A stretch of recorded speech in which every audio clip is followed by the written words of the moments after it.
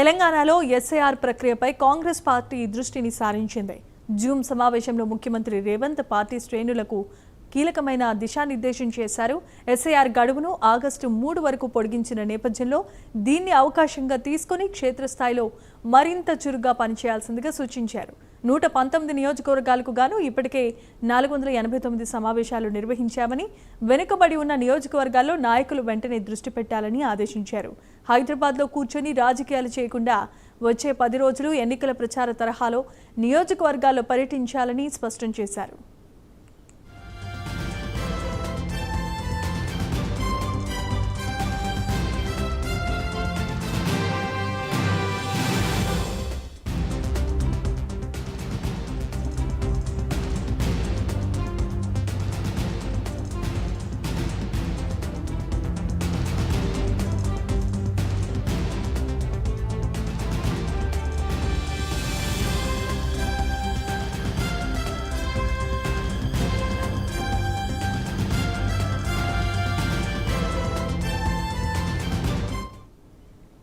Party పదవులు, chairman పోస్టుల కోసం గాంధీ భవన్ చుట్టూ తిరిగే నాయకులు కాదు, క్షేత్రస్థాయిలో పనిచేసే వారికే ప్రాధాన్యత ఉంటుందన్నారు సీఎం. ఆగస్టు 3 వరకు నాయకులు గాంధీ భవన్కు రావద్దు. ఇన్ఛార్జ్ మంత్రులు, ఎమ్మెల్యేలు, పార్టీ ఇన్ఛార్జీలు, కార్పొరేషన్ చైర్మన్లంతా తప్పనిసరిగా ఫీల్డ్ వర్క్లో ఉండాలని ఆదేశించారు.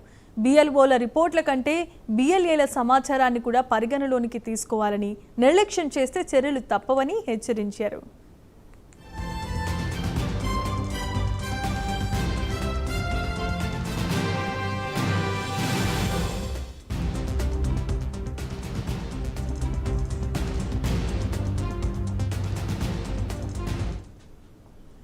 ఈ నెల 30న మరోసారి సమీక్ష నిర్వహించి అసెంబ్లీ వారీగా నివేదికలు తీసుకుంటామన్నారు సీఎం. పీసీసీ అధ్యక్షుడైన మహేష్ కుమార్ గౌడ్, డిప్యూటీ సీఎం భట్టి విక్రమార్క సమన్వయ బాధ్యత తీసుకోవాలన్నారు. మరోవైపు ఎస్ఐఆర్లో ఉత్తమంగా పనిచేసే 100 మంది బిఎల్ఏలకు రాహుల్ గాంధీని కలిసే అవకాశాన్ని ఇప్పిస్తామని కూడా ప్రకటించారు. ప్రతి ఒక్కరూ ఎస్ఐఆర్పై సీరియస్గా దృష్టి పెట్టాలని పిలుపునిచ్చారు.